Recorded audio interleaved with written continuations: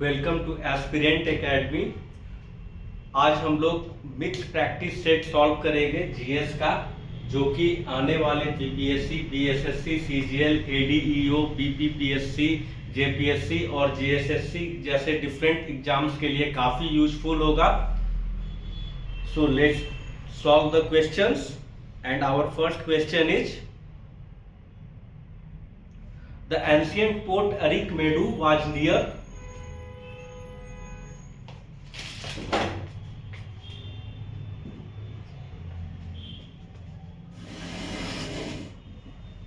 and the correct answer will be option B Pondicherry. Ancient port Arikamedu जो था वो पौंडीचेरी के पास था, जहां यह एक रोमन ट्रेड सेंटर था और इस पोर्ट का लिंक मुजिरिस से भी होता है। आवर नेक्स्ट क्वेश्चन,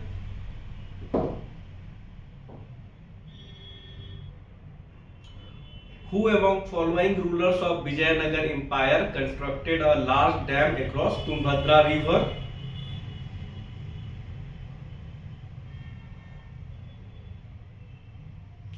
इसका जो करेक्ट आंसर होगा वो होगा विजयनगर एम्पायर के जो रूलर देवराय वन थे, उन्हें इरिगेशन प्रोजेक्ट्स का क्रेडिट दिया जाता है। देवराय वन बहुत सारे इरिगेशन प्रोजेक्ट्स को कंप्लीट किए थे और एग्रीकल्चर को सपोर्ट करते थे। नेक्स्ट क्वेश्चन,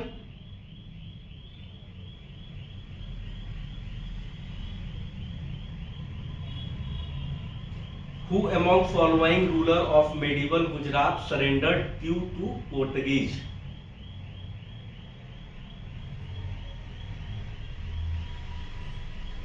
इसका जो करेक्ट आंसर होगा वो होगा ऑप्शन सी बहादुर शाह। बहादुर शाह गुजरात के एक रूलर थे जो दीव जो दमन एंड दीव है अभी, दीव को वो पोर्तुगीज को सरेंडर कर दिए थे 1535 में। नेक्स्ट क्वेश्चन,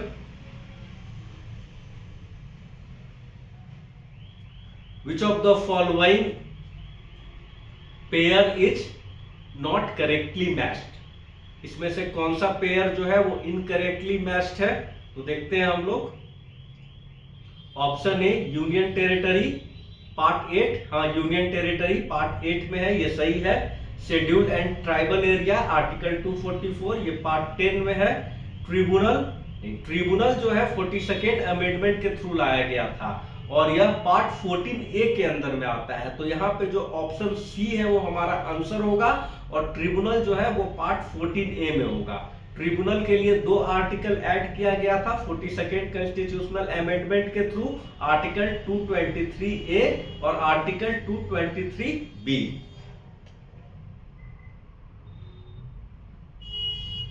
और ऑफिशियल लैंग्वेज जो है हमारा वो पार्ट 18 में मेंशन्ड है। नेक्स्ट क्वेश्चन,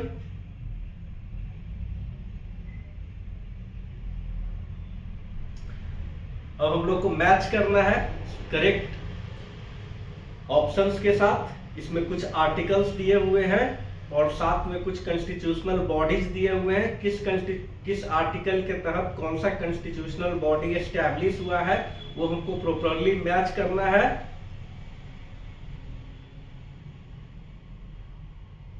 इस क्वेश्चन का जो करेक्ट आंसर होगा वो होगा option B, article 324 election commission के साथ डील करता है। आर्टिकल 315 पब्लिक सर्विस कमीशन को एस्टैब्लिश करता है। आर्टिकल 280 के तहत फिनांस कमीशन एस्टैब्लिश होता है एंड आर्टिकल 338 के तहत national commission for scheduled caste establish होता है। ये हमारा करेक्ट आंसर होगा। Next question,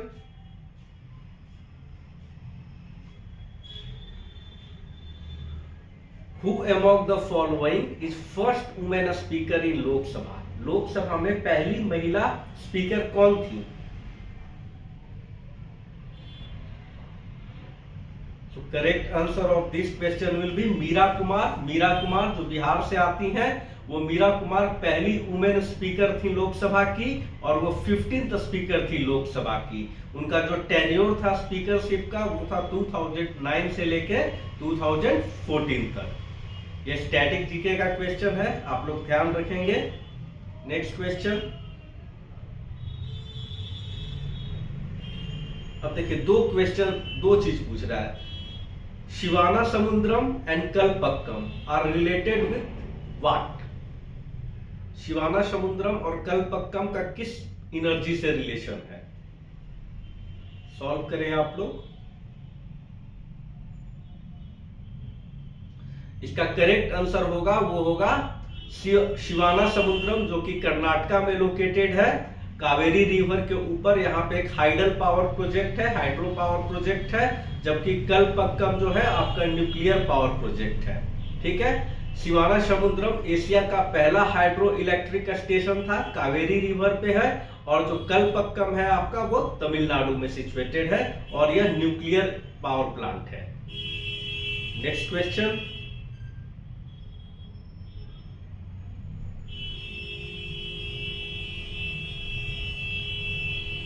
the river situated along border between United States of America and Mexico is? कौन सा रिवर यूएसए और मैक्सिको के बॉर्डर पे है? तो उस रिवर का नाम है रियो ग्रांडे रिवर। तो यहाँ पे ऑप्शन बी करेक्ट आंसर होगा। रियो ग्रांडे रिवर जो है वो यूएसए और मैक्सिको का बॉर्डर फॉर्म करता है, और यह लगभग यूएसए और मैक्सिको का बॉर्डर 3060 किलोमीटर लॉन्ग है। नेक्स्ट क्वेश्चन, ये जो सेशन है ये मिक्स क्वेश्चन है, डिफरेंट सब्जेक्ट्स के क्वेश्चन इंक्लूडेड किए गए हैं, और सभी क्वेश्चन काफी इंपॉर्टेंट है आपके अपकमिंग एग्जाम्स के लिए। Next question, world wetland day is celebrated on?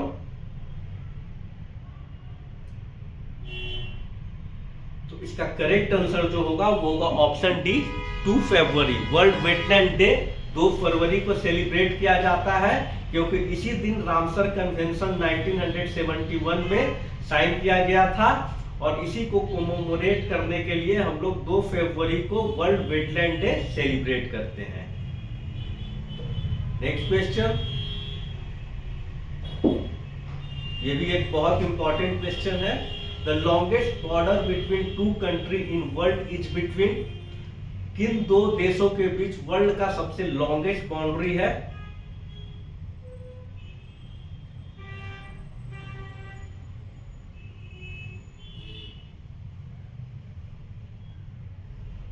तो इसका करेक्ट आंसर जो होगा वो होगा option A Canada and United state of America. Canada and United state of America के बीच वर्ल्ड का सबसे लॉन्गेस्ट बाउंड्री है। इसको याद रखेंगे आप लोग। इस बाउंड्री का लेंथ लगभग 18,900 किलोमीटर्स है। ठीक, और ये जो बॉर्डर है ये आपका अलास्का और नॉर्दर्न कनाडा के बीच, अमेरिका का अलास्का और नॉर्दर्न कनाडा के बीच में ये बॉर्डर लाइन है। नेक्स्ट क्वेश्चन, ये क्वेश्चन बहुत एग्जाम्स में पूछा गया है, आप लोग इसका आंसर करेंगे। Who was provisional president of constituent assembly before doctor Rajendra Prasad took place? In simple words, पहला टेम्पोररी प्रेसिडेंट कंस्टिट्यूएंट असेंबली के कौन थे? डॉक्टर राजेंद्र प्रसाद पहले परमानेंट प्रेसिडेंट थे कंस्टिट्यूएंट असेंबली के। तो इसका करेक्ट आंसर जो होगा वो होगा ऑप्शन डी डॉक्टर सच्चिदानंद सिन्हा। ये बिहार से थे, और हम लोग जानते हैं कि कंस्टिट्यूएंट असेंबली का पहला मीटिंग 9 दिसंबर 1946 को हुआ था, और वहां पे डॉक्टर सच्चिदानंद सिन्हा को टेम्पोररी प्रेसिडेंट इलेक्ट किया गया था। फिर उसके 2 दिन के बाद 11 दिसंबर 1946 को डॉक्टर राजेंद्र प्रसाद को परमानेंट चेयरमैन बना दिया गया, और एच.सी. मुखर्जी को वाइस चेयरमैन अपॉइंट किया गया था। नेक्स्ट क्वेश्चन, ये साइंस से एक क्वेश्चन है, सॉल्व करें आप लोग। In the universe what is pulsars? Pulsars किसको बोलते हैं? Is it group of stars, और rotating neutron stars, explosion of stars, और radio wave emitted by stars? So pulsars जो है वो न्यूट्रॉन स्टार होता है जो कि रेडिएशन बीम इमिट करता है। सो ऑप्शन के अकॉर्डिंग जो आपका ऑप्शन बी है वो करेक्ट आंसर होगा। Pulsars are rotating neutron stars. Next question, ये आपका बिहार स्पेसिफिक क्वेश्चन है और नेशनल पर्सपेक्टिव से भी इंपॉर्टेंट क्वेश्चन है। The Sikh pilgrimage site Takht Shri Harmandir ji Patna Sahib is considered as second holiest takht located at. अगर क्वेश्चन को अच्छे से पढ़ा जाए तो ऑप्शन में ही उसका क्वेश्चन में ही उसका आंसर दिया हुआ है, Takht Shri Harmandir ji Patna Sahib. So it is located in Patna of Bihar, Patna is capital of Bihar. और ये जो प्लेस है, यह जो पिलग्रिमेज साइट है तख्त श्री हरमिंदर साहिब, यहाँ यह जो है बर्थ प्लेस है गुरु गोविंद सिंह जी का। सो ये सिख रिलीजन के लिए एक पायस प्लेस है। Next question, Which of the following is first artificially prepared element? पहला artificially prepared element कौन था? तो option C, option D technetium that is TC, जो कि 1937 में सिंथेसाइज किया गया था। वो पहला आर्टिफिशियली प्रिपेयर्ड इलामेंट था और यह रेडियो एक्टिव नेचर में था। इस क्वेश्चन को आप लोग याद रखेंगे, मोस्ट इंपॉर्टेंट क्वेश्चन है। Next question, the phrase equality before law used in article 14 of Indian constitution has been borrowed from constitution of. Equality before law जो है, जो आर्टिकल 14 में है, वो हम लोग कहां से बोरो किए हैं?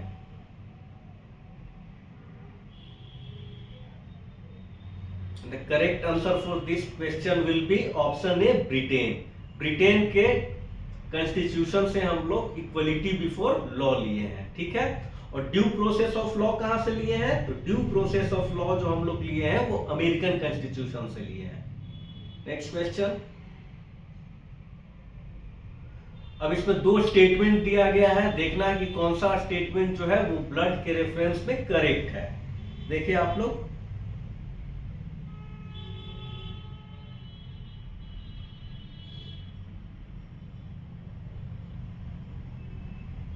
पहला स्टेटमेंट है blood is composed of plasma and different type of cells, एकदम करेक्ट है। ब्लड में प्लाज्मा होता है और डिफरेंट टाइप ऑफ सेल्स होते हैं, जैसे आरबीसी हो गया, डब्ल्यूबीसी हो गया, प्लेटलेट्स हो गए। सेकेंड जो आपका दिया हुआ presence of haemoglobin in haemoglobin makes blood appear red, ये भी ऑप्शन सही है। हीमोग्लोबिन के कारण ही हमारा ब्लड जो है वो लाल दिखता है, एकदम करेक्ट। और हीमोग्लोबिन के कमी के कारण कौन सा डिजीज होता है? वो एनीमिया होता है, ठीक है। तो इसका जो दोनों ऑप्शन सही है, so option D will be correct, both A and B. Next question, what is full form of GPT in ChatGPT? ChatGPT जो आजकल हर स्टूडेंट यूज करते हैं, उसमें जीपीटी का क्या फुल फॉर्म है? तो इसका जो करेक्ट आंसर होगा वो होगा जनरेटिव प्री ट्रेंड ट्रांसफॉर्मर, यानी कि ऑप्शन डी जो होगा हमारा वो करेक्ट आंसर होगा। GPT stands for generative pre trend transformer. Next question,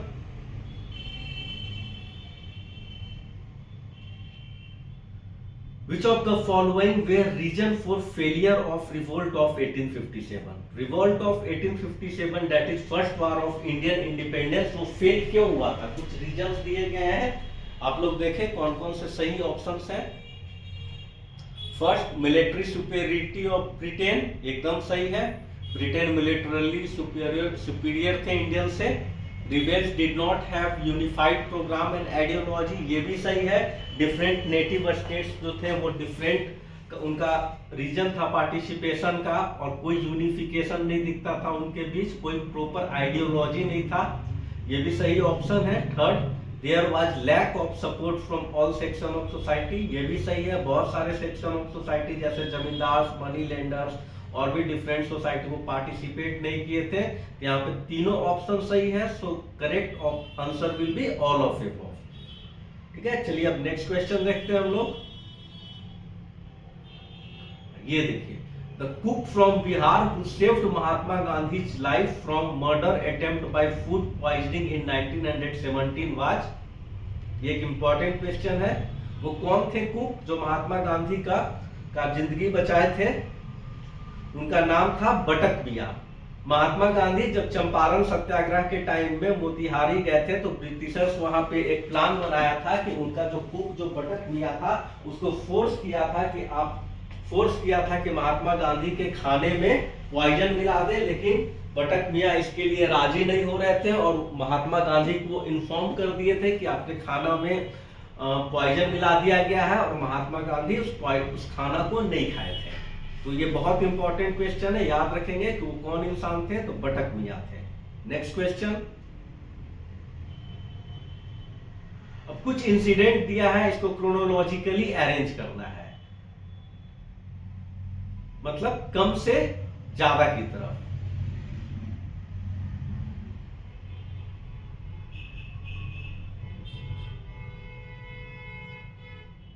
तो देखिए सबसे पहले कौन सा इंसिडेंट हुआ था, तो 1907 में सूरत स्प्लिट हुआ था। हम लोग जानते हैं रास बिहारी बोस चेयरमैन थे उस समय, एक्सट्रीमिस्ट और मॉडरेट अलग हो गए थे। 1916 में लखनऊ पैक्ट के टाइम दोनों यूनिफाई हुए थे फिर से। उसके बाद फिर अगर देखा जाए तो मॉर्ली मिंटो रिफॉर्म 1909 में आया था। फिर होम रूल लीग 1916 में एनी बेसेंट एंड बाल गंगाधर तिलक साहब दोनों खोले थे। अगला खेड़ा सत्याग्रह 1918। चलिए, तो करेक्ट आंसर जो होगा हमारा वो ऑप्शन बी होगा। नेक्स्ट क्वेश्चन देखते हैं हम लोग। टोटल फर्टिलिटी रेट का क्या डिफिनीशन है, ये पूछ रहा है।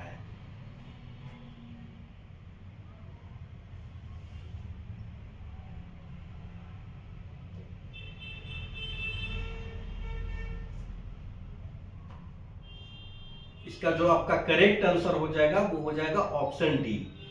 टोटल फर्टिलिटी रेट जो होता है वो होता है average number of children a woman would bear if she survives through reproductive age based on current age a specific fertility rate. मतलब वुमेन अपने रिप्रोडक्टिव एज में जितने बच्चों को जन्म देती है उसी को हम लोग टोटल फर्टिलिटी रेट बोलते हैं। इंडिया क्या एम किया था कि हम टोटल फर्टिलिटी रेट 2.0 करेंगे, जो हम लोग अचीव कर लिए हैं, और प्रेजेंटली इंडिया का total fertility rate around 1.5 to 1.6 है। नेक्स्ट क्वेश्चन, ये आप लोग सॉल्व करें। Which of the following is major cause of air pollution? Major cause कौन है एयर पॉल्यूशन का? इसमें मेजर काउज पूछ रहा है, तो आप लोग ध्यान से पढ़ेंगे। तो मेजर काउज जितने भी ऑप्शन है, deforestation, excessive use of pesticide, soil pollution वगैरह, वाटर पॉल्यूशन का, disposal of plastic, burning of fossil fuel. तो जो मेजर काउज है वो option D burning of fossil fuel होगा, क्योंकि फॉसिल फ्यूल के बर्निंग से बहुत सारे केमिकल्स इजेक्ट होते हैं एटमॉस्फेयर में और वो पॉल्यूशन काउज करता है। Next question, The enzyme that breaks down starch into sugar, कौन सा एंजाइम स्टार्च को शुगर में तोड़ता है? इसका जो करेक्ट आंसर होगा वो होगा ऑप्शन बी एमिलेज। एमिलेज जो है वो स्टार्च को शुगर में तोड़ता है, और ये किस टाइप का एंजाइम है? तो यह एक एसिडिक एंजाइम है, बहुत वीक एसिडिक एंजाइम है। इसका पीएच 6.7 to 7.0 होता है। नेक्स्ट क्वेश्चन,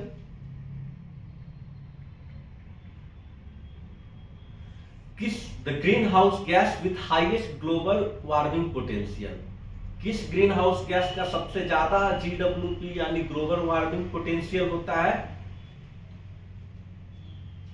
इसका बोलने का मतलब है कि उनका जो लाइफ टाइम होता है, लाइफ स्पैन जो होता है बहुत लंबा होता है, बहुत लंबे टाइम तक वो एटमॉस्फेयर में प्रेजेंट होते हैं।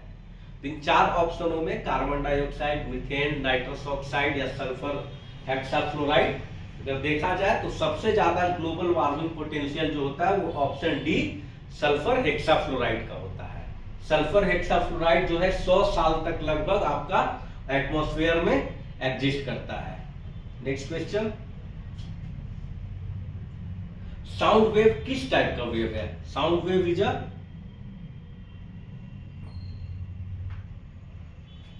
तो पहला चीज, साउंड वेव एक मैकेनिकल वेव है क्योंकि इसको मटेरियल मीडियम चाहिए प्रोपगेशन के लिए।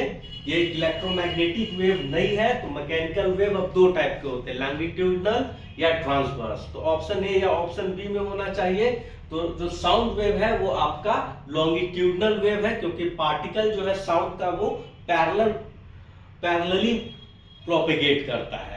ठीक है, तो इसीलिए ये लॉन्गिट्यूडनल वेव है। ट्रांसवर्स वेव में परपेंडिकुलरली मूवमेंट होता है पार्टिकल का, जबकि लॉन्गिट्यूडनल में पैरेलली होता है। इसलिए साउंड वेव लॉन्गिट्यूडनल वेव है, मैकेनिकल लॉन्गिट्यूडनल वेव है। Next question, Indian parliament consist of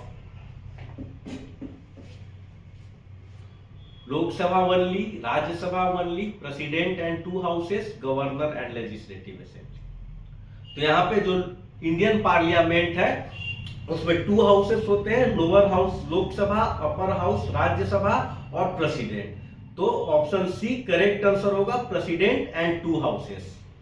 next question, the first Indian to win Nobel prize was, पहला इंडियन कौन थे जिनको नोबेल प्राइज मिला था?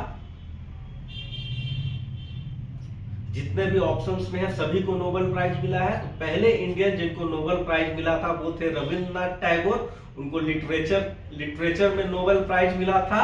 उनके नोबेल गीतांजलि के लिए 1913 में उनको नोबेल प्राइज मिला था और वो एशिया के पहले नोबेल लिटरेट थे। Next question, the equator passes through how many countries, जो इक्वेटर लाइन है, इक्वेटोरियल लाइन है, वो कितने कंट्रीज को क्रॉस करता है, कितने कंट्रीज से पास करता है 0 डिग्री वाला? 10, 11, 13, 14।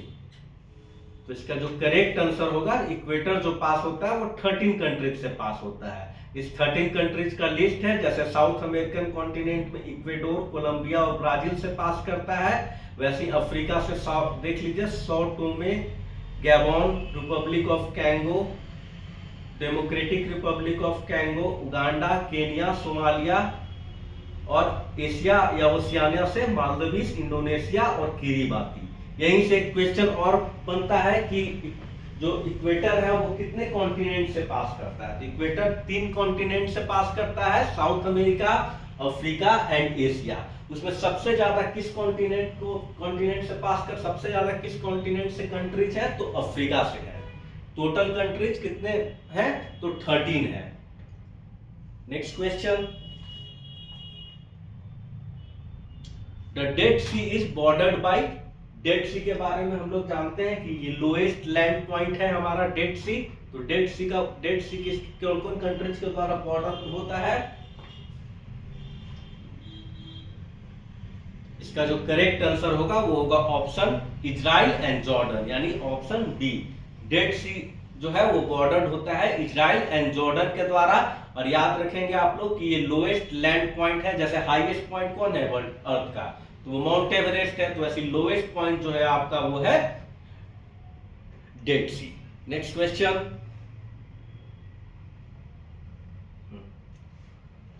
The driest place on earth, earth का सबसे सूखा स्थल कौन सा है?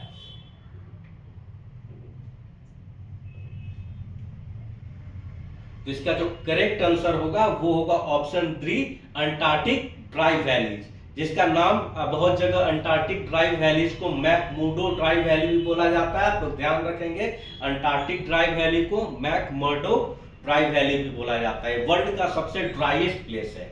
अब यहीं से आपसे क्वेश्चन पूछता है कि वर्ल्ड का ड्राइएस्ट डेजर्ट कौन है सबसे? तो वर्ल्ड का सबसे जो ड्राइएस्ट डेजर्ट है वो है एटेकामा डेजर्ट, चिली वाला।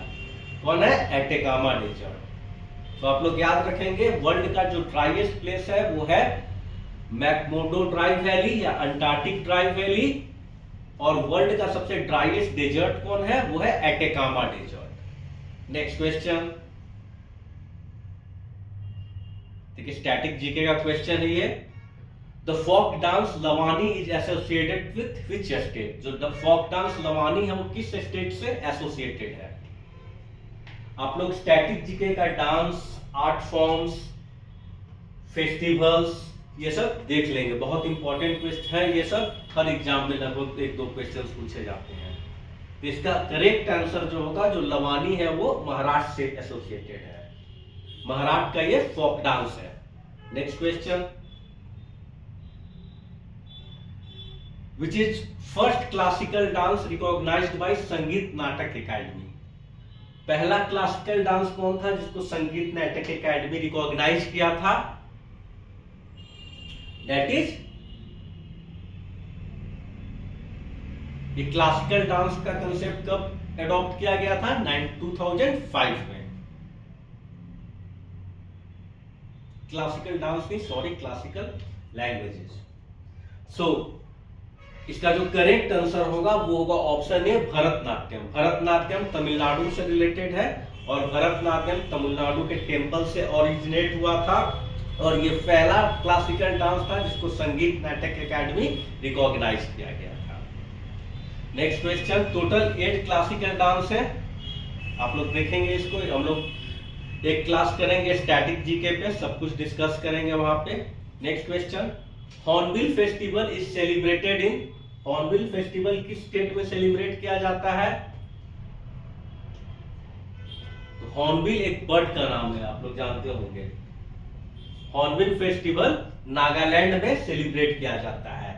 इसका ऑप्शन ए करेक्ट आंसर होगा और यह नागा ट्राइब का one of the most important folk festivals है। ठीक है, next question, RBI was nationalised in, RBI कब नेशनलाइज हुआ था?